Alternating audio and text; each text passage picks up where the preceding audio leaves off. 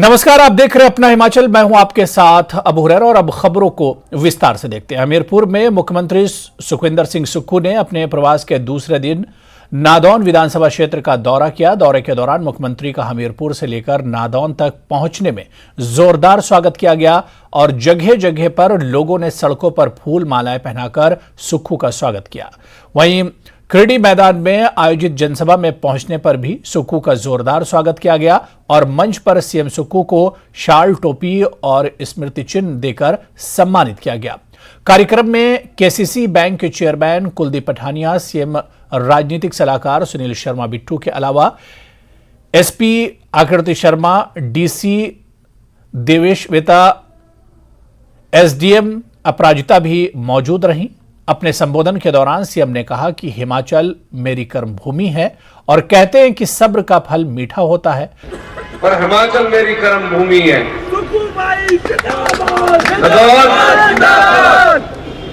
नादौन के लोग मेरे मार्गदर्शक हैं, पर दिशा मुझे हिमाचल की तय करनी है।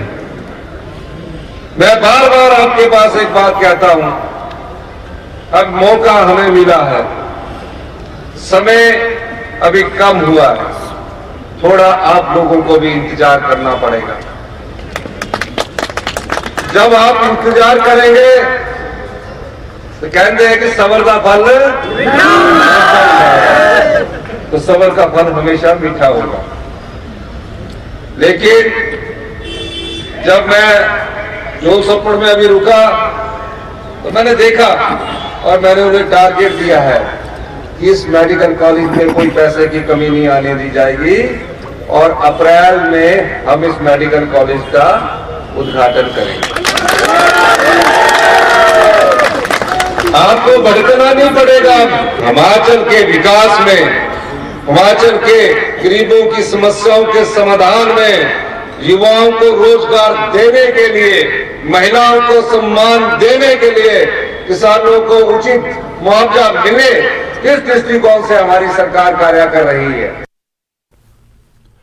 वहीं इससे पहले हमीरपुर प्रवास के दौरान मुख्यमंत्री सुखविंदर सिंह सुक्खू ने सर्किट हाउस में सुबह लोगों की समस्याएं सुनी और लोगों से मुलाकात भी की। इस दौरान KCC bank chairman Kuldeep Pathania, विधायक आशीष शर्मा, विधायक इंद्रदत्त लखनपाल और सुरेश कुमार भी मौजूद रहे।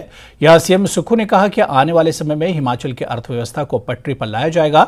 भाजपा सरकार करीब 11,000 करोड़ की देनदारियां छोड़कर गई है। प्रदेश पर 75,000 करोड़ का कर्ज है और इसमें 9,000 करोड़ रुपये सरकारी कर्मचारियों का एरियर बचा हुआ है। लेकिन कांग्रेस अपनी सभी गारंटियों को जल्द पूरा करने में जुटी है, लेकिन प्रदेश की अर्थव्यवस्था को पटरी पर लाने के लिए 4 साल लगेंगे। इससे पहले सीएम सुक्खू ने बाबा बालकनाथ मंदिर में माथा टेका और कहा कि मंदिर के लिए जो योजनाएं बनाई हैं उन्हें पूरा किया जाएगा। हम तो वास्तविक स्थिति से जनता को अवगत करवा रहे हैं कि 75,000 करोड़ रुपए का कर्ज है, 9,000 करोड़ रुपए की सरकारी कर्मचारी और अधिकारियों की एरियर है 6th पे कमीशन का और 992 करोड़ रुपए का डीए की किस्त देनी है। ये 11,000 करोड़ रुपया भारतीय जनता पार्टी की जयराम सरकार हम पर छोड़कर गई है। हमने वादा जो गारंटी की है, पहले ही गारंटी पूरी की है और 5 साल के लिए 10 गारंटियां हैं, तो अभी एक गारंटी पूरी हुई है। आने वाले समय में पूरी की पूरी 10 गारंटियों को लागू किया जाएगा और उस दृष्टि से हमने काम करना शुरू कर दिया है कि हम प्रदेश की अर्थव्यवस्था को पटरी पर लाने के लिए 4 साल लगेंगे अर्थव्यवस्था को। चंडीगढ़ में हिमाचल के उप मुख्यमंत्री मुकेश अग्निहोत्री ने कहा कि हिमाचल सरकार 1 माह के भीतर अपनी इलेक्ट्रिक व्हीकल पॉलिसी लेकर आ रही है। इस पर काम चल रहा है। बता दें कि अग्निहोत्री रविवार को PhD chamber of commerce and industry की ओर से आयोजित किए जा रहे ईवी एक्सपो का अवलोकन करने के बाद पत्रकारों से बात कर रहे थे। इस दौरान उन्होंने कहा कि हिमाचल सरकार के पास 3,500 बसों का बेड़ा है, इसमें से 1,000 बसों को बदला जाएगा। उन्होंने बताया कि 700 बस रूट पूरी तरह से घाटे में हैं, जिन पर इलेक्ट्रिक बसों को चलाया जाएगा, जिसके चलते पहले चरण में 300 इलेक्ट्रिक बसों की खरीदी की जा रही है। इसके अलावा अग्निहोत्री ने कहा कि सरकारी स्तर पर वाहनों को बदलने का काम शुरू हो गया है, जिसके चलते परिवहन विभाग के बेड़े में 19 इलेक्ट्रिक वाहनों को शामिल किया गया है। साथ ही उन्होंने कहा कि बहुत जल्द शिमला में 20 और धर्मशाला में 15 इलेक्ट्रिक बसों को चलाया जाएगा। वहीं डिप्टी सीएम ने कांग्रेस सरकार के 10 गारंटियों की भी चर्चा की, साथ ही ओपीएस पर भी बात की। हिमाचल प्रदेश में कांग्रेस की सरकार हाल ही में बनी है और चुनाव के दौरान हमने हिमाचल प्रदेश की जनता से कुछ वायदे किए थे और उनमें एक इम्पॉर्टेंट वायदा था प्रदेश के कर्मचारियों से, और हमने ये कहा था कि हम कर्मचारियों को सरकार बनने पे ओल्ड पेंशन स्कीम का लाभ देंगे, ओपीएस जिसको कि बोलते हैं। और ये हिमाचल प्रदेश के कर्मचारी लंबे अरसा से ये लड़ाई लड़ रहे थे कि उन्हें पेंशन का लाभ दिया जाए, जो कि पूर्व में जो भारतीय जनता पार्टी की सरकार थी उन्होंने स्पष्ट तौर पे इनकार कर दिया था कि ये पॉसिबल नहीं होगा। हमने ये कहा था कि हमारी सरकार बनेगी तो हम ये लाभ देंगे। तो जो वायदा किया गया था कि पहली कैबिनेट मीटिंग में हम कर्मचारियों को ओपीएस देंगे, उसकी हमने कैबिनेट में फैसला लेके उसकी हमने घोषणा कर दी है। ऊना में भाजपा की 3 दिवसीय प्रदेश कार्यसमिति की बैठक जागो, उठो और लक्ष्य प्राप्ति की तरफ तक बढ़ते रहो जब तक उसे हासिल ना कर लो, इस संकल्प के साथ संपन्न हुई। बैठक में विधानसभा चुनाव में मिली हार को भूलकर पार्टी अब 2024 के लोकसभा चुनाव पर न केवल फोकस करेगी बल्कि उसमें प्रदेश में बड़ी जीत को लेकर भी रणनीति तय की जाएगी। वहीं प्रदेश कार्यसमिति की बैठक में 2 प्रस्ताव पारित किए गए, जिसमें एक में केंद्र सरकार के प्रति आभार व्यक्त किया गया, जबकि दूसरे में राजनीतिक प्रस्ताव में प्रदेश सरकार के खिलाफ हल्लाबोल को लेकर भी रणनीति तय हुई। इस बैठक में प्रमुख प्रस्तावक के रूप में अहम भूमिका निभाने वाले भाजपा के पूर्व प्रदेश अध्यक्ष डॉक्टर राजीव बिंदल ने बताया कि प्रदेश भाजपा ने केंद्र सरकार की जन कल्याणकारी नीतियों के प्रति आभार व्यक्त करते हुए सर्वसम्मति से प्रस्ताव पारित किया है।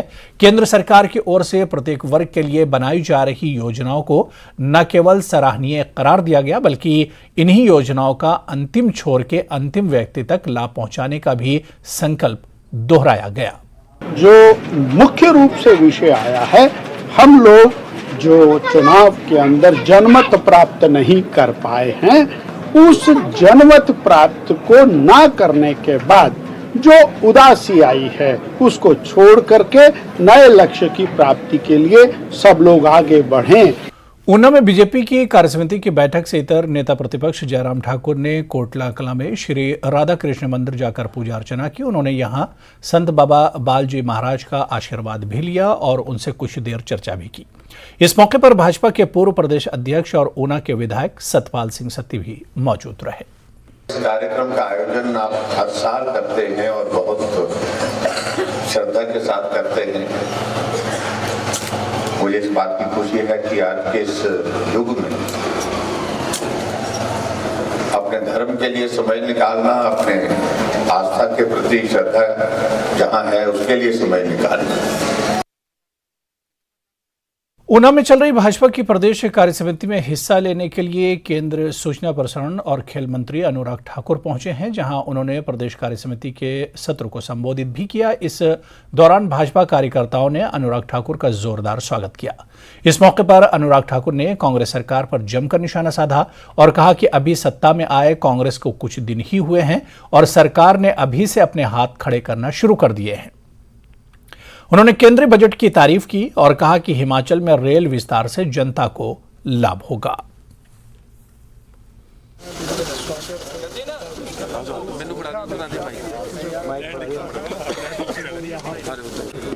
भारतीय जनता पार्टी कार्यकर्ताओं की पार्टी और संगठन समय समय पर राष्ट्रीय और राज्य और जिला मंडल स्तर पर अपनी बैठकें लगातार करता है। कांग्रेस ने चुनाव से पहले बड़े बड़े वायदे किए और लोगों को एक तरह से भ्रमित करने का काम किया। पहली कैबिनेट में बहुत कुछ करने की बात कही थी, वो पहली कैबिनेट भी बहुत विलंब हुई, मंत्रिमंडल का गठन नहीं हुआ, मंत्रिमंडल से पहले सरकार पर और बोझ डालने के लिए सीपीएस की नियुक्ति की गई, और मैं कहता हूं कि खर्चा बढ़ाने का काम किया। जो बड़ी बड़ी बातें करते थे, आज वो कहते हैं कि हमारे पास पैसा नहीं है। 4 साल खजाना ठीक करने के लिए लग जा रहे। भाई 4 साल खजाने ठीक करोगे तो 5वें साल तो चुनाव ही आता है, तो इसका मतलब सरकार ने पहले दिन ही हाथ खड़े कर लिए हैं। वहीं अनुराग ठाकुर रविवार को कोटला कला के श्री राधा कृष्ण मंदिर में शीश नवाने पहुंचे। इस दौरान उन्होंने राष्ट्रीय संत बालजी महाराज से आशीर्वाद लिया। वहीं उपस्थित जनसमूह को भी उन्होंने संबोधित करते हुए राष्ट्रीय संत बालजी महाराज को धर्म प्रसार में महत्वपूर्ण बताया। बता दें कि श्री राधा कृष्ण मंदिर कोटला कला में चल रहे वार्षिक समारोह के 5वें दिन केंद्रीय खेल एवं सूचना प्रसारण मंत्री अनुराग ठाकुर विशेष रूप से बालजी महाराज का आशीर्वाद प्राप्त करने पहुंचे थे। इस दौरान अनुराग ठाकुर ने उपस्थित श्रद्धालुओं को संबोधित करते हुए कहा कि केंद्र सरकार ने देश के प्रमुख धार्मिक स्थलों का न केवल कायाकल्प किया है, बल्कि देश के नागरिकों की पहुंच को और भी सुगम किया है। आपके ही आशीर्वाद से हुआ है। जब आपने बटन दबाकर मोदी जी को देश का प्रधानमंत्री बनाया तो आज क्या हुआ? आज देखिए भारत में ये हुआ है कि सोमनाथ धाम दिव्य और भव्य सोमनाथ धाम बनकर तैयार हो गई, दिव्य और भव्य केदारनाथ धाम बनकर तैयार हो गई, दिव्य और भव्य काशी विश्वनाथ धाम बनकर तैयार हो गया, महाकाल लोक उज्जैन में बनकर भव्य तैयार हो गया, और अगले साल जनवरी में अयोध्या धाम भी बनकर आप सबको समर्पित कर दी जाएगी। आप कल्पना कीजिए, जो 400-500 सालों में नहीं हुआ, वो आपके इस वोट की ताकत के कारण मोदी जी जब आए तो 5 सालों में 5 धाम आपके लिए बनाकर तैयार करके दे देंगे। अब ये केवल आस्था के केंद्र नहीं, लोगों के लिए रोजगार स्वरोजगार के केंद्र के बहुत बड़े बने हैं। लाखों लोगों के आय के साधन भी वहां से खड़े हुए, तो गरीबों के परिवार को रोटी मिलने का काम भी प्रभु कृपा से होना शुरू हो गया है। देहरा में ज्वालामुखी मंदिर से चिंतपूर्णी मंदिर जा रही एक कार हादसे का शिकार हो गई। इस कार में लुधियाना के श्रद्धालु सवार थे। इस हादसे में एक महिला की मौत हो गई, जबकि 3 श्रद्धालु गंभीर रूप से घायल हो गए।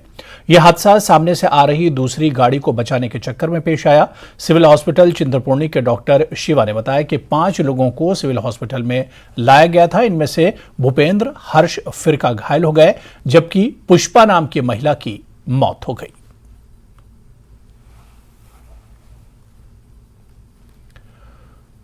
राजीव गांधी आदर्श विद्यालय के लिए मंडी प्रशासन ने जमीन तलाशना शुरू कर दी है। जोगिंद्रनगर में प्रशासन ने स्कूल निर्माण के लिए संभावनाएं तलाश कर ली हैं।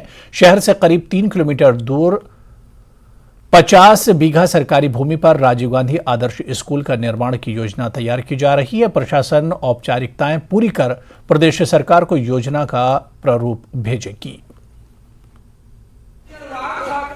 राजीव गांधी रेजिडेंशियल स्कूल की प्रपोजल वहाँ पे है। उसके लिए जो सरकार के आदेश आए थे उसके तहत वहाँ पे 50 बीघा की ज़मीन की डायरेक्शंस आई थी कि कम से कम 50 बीघा की ज़मीन होनी चाहिए।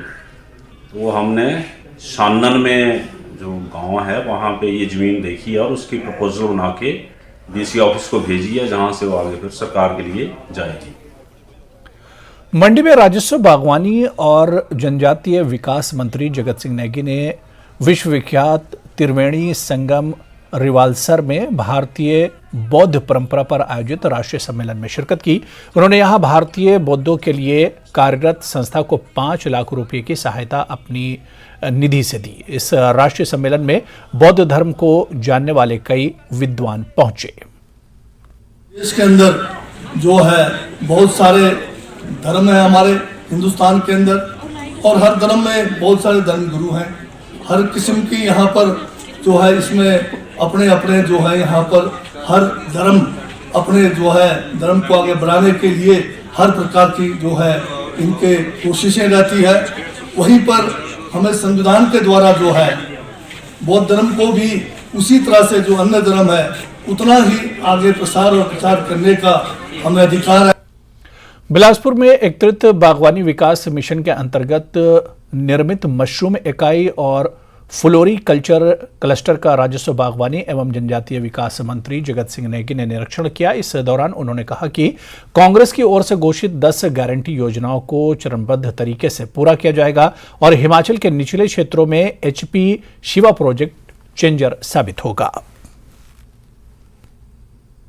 कैसे इन्होंने जो है जीरो से शुरू किया काम और आज इतना जो है बहुत एक प्रोडक्शन में आए और 8-9 लोगों को अपनी कमाई के साथ जो है उनको जो है एक किस्म से रोजगार भी ये दे रहे हैं। तो ये वाकई एक बहुत ही सराहनीय इन्होंने काम किया है और उसके लिए मैं इनको बहुत शाबाशी देता हूं और इसका फायदा हम भी उठाएंगे आगे और नौजवानों को इस कारोबार में जोड़ेंगे ताकि नौजवान जो है अपनी आर्थिकी को जो है और ज्यादा मजबूत कर सके। इसके लिए हमें कोशिश करना है।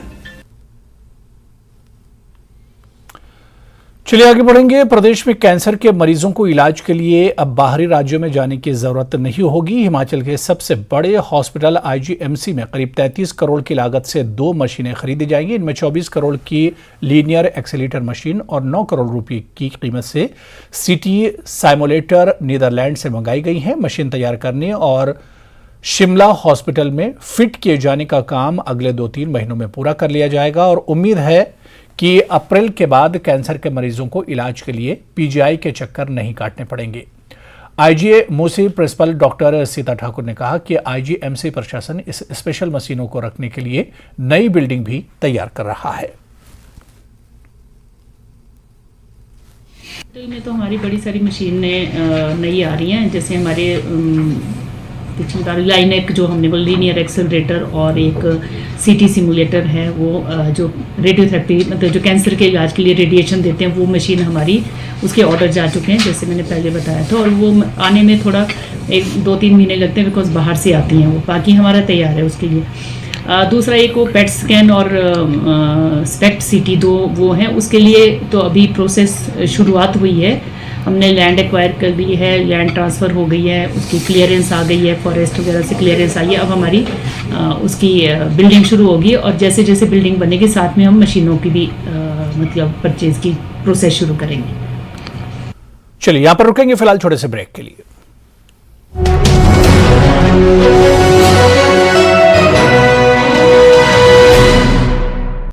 हिमाचल में भाजपा की कार्यसमिति में केंद्रीय बजट पर व्याख्यान देने के लिए केंद्रीय राज्य मंत्री जनरल VK सिंह ने भाजपा कार्यालय में प्रेस कॉन्फ्रेंस की। इस दौरान उन्होंने बजट पर केंद्र सरकार का पक्ष रखा और कहा कि विश्व में सबसे मजबूत है भारत की अर्थव्यवस्था। उन्होंने कहा कि भाजपा सर्वस्पर्शी और समावेशी पार्टी है जिसके चलते प्रत्येक वर्ग का ध्यान रखते हुए बजट में प्रावधान किए गए हैं। केंद्रीय मंत्री ने कहा कि विश्व की सबसे बड़ी अर्थव्यवस्था वर्तमान समय में बेहद बुरे दौर से गुजर रही, लेकिन भारत की अर्थव्यवस्था सबसे मजबूत है।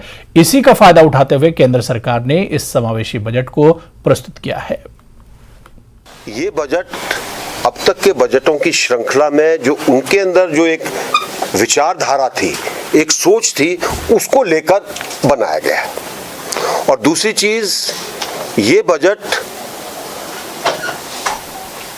अगले जो हमारे 25 साल हैं, जब हम अपने शताब्दी वर्ष मनाएंगे, उसको देखकर इस 25 साल के अंदर भारत कैसे आगे बढ़े उसकी नींव रखने वाला बजट। इसमें उन चीजों के ऊपर ध्यान दिया गया है जिससे कि व्यवस्थाएं सुदृढ़ हो, उन सब वर्गों का विकास हो जो शायद पीछे रह गए हैं और आगे आने वाले समय के लिए भारत तैयार हो।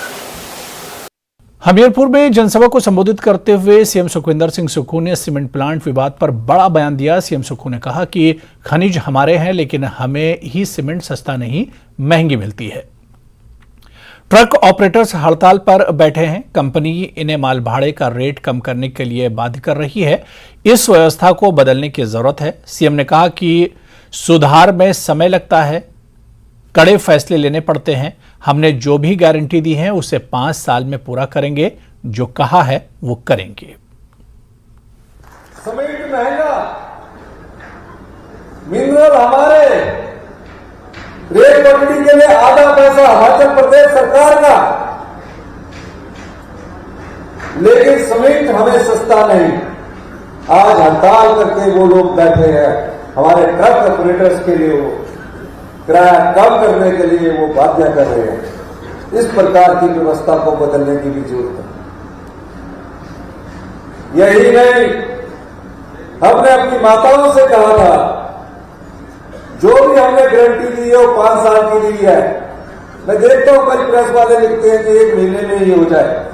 सुधार करने के लिए समय लगता है, कड़े फैसले लेने पड़ते हैं। और मैं अपनी माताओं को भी ये कहना चाहता हूं, हमने एक सब कमेटी बनाई है जहां प्रत्येक महिला का सम्मान हो। हमने कहा था कि हम 18 से 60 वर्ष की महिलाओं को 1500 रुपया मासिक पेंशन देंगे। उस दृष्टि से भी हमने कार्य करना शुरू कर दिया। पर आप सब लोग इसका इंतजार करना होगा, जो कहा है वो करेंगे। और जहां तक हमीरपुर की बात है, हमीरपुर के किसी भी क्षेत्र में विकास की कोई कमी नहीं रहेगी। नाहन में संत गुरु रविदास का प्रकाश उत्सव धूमधाम के साथ मनाया गया। इस दौरान गुरु रविदास भवन पर झंडारोहण किया गया। कार्यक्रम में कांग्रेस विधायक अजय सोलंकी विशेष रूप से मौजूद रहे। इसके साथ ही सोलंकी ने विधानसभा चुनाव में समर्थन करने के लिए लोगों का आभार जताया और कहा कि क्षेत्र के लोगों का उन्हें विधानसभा चुनाव में भरपूर सहयोग मिला और हिमाचल प्रदेश विधानसभा में जाने का अवसर प्रदान किया। पहले तो सभी देशवासियों को और प्रदेशवासियों को मैं बधाई देना चाहूँगा। आज रविदास जी के प्रकाशोत्सव पे यहाँ पर आने का मौका मिला। मैं सभी को बधाई देता हूँ और ईश्वर से कामना करते हैं कि रविदास जी अपना आशीर्वाद सभी समाज पर बनाए रखें, हमारे क्षेत्र में खुशहाली हो, आपस में भाईचारा बढ़े और हमारा क्षेत्र तरक्की की बुलंदियों पर पहुँचे।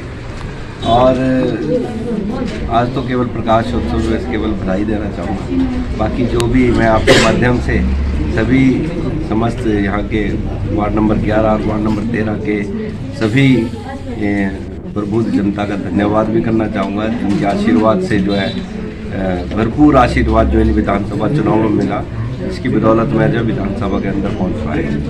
मैं आपके माध्यम से सभी को विश्वास भी दिलाता हूं, जिन उम्मीदों के साथ इन्होंने मुझे विधानसभा में भेजा, मैं उन सभी उम्मीदों पे खरा उतरने का प्रयास भी करूँगा। जो भी रुके हुए विकास कार्य हैं या कोई भी क्षेत्र की तरक्की का मामला है, तो उसको जोरदार तरीके से विधानसभा के अंदर और सरकार के समक्ष उठाऊँगा।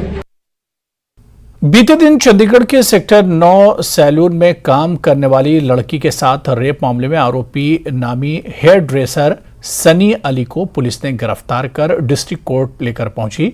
बता दें कि चंडीगढ़ के सेक्टर 9 में हेयर सैलून में काम करने वाली हिमाचल की युवती ने सैलून में ही काम करने वाले हेड सनी अली पर रेप का आरोप लगाया था और एसएसपी से शिकायत की थी। वहीं चंडीगढ़ के नामी हेयर सैलून में सीनियर पद पर काम करने वाले नामी हेयर ड्रेसर सनी अली ने कहा कि मुझ पर गलत आरोप लगाए हैं, पैसों का लेन देन था लेकिन मुझे गलत बताया है, मैंने कोई रेप नहीं किया है और जल्दी ही यह साफ हो जाएगा। वहीं आरोपी सनी अली को 14 दिन की न्यायिक हिरासत में भेजा गया है।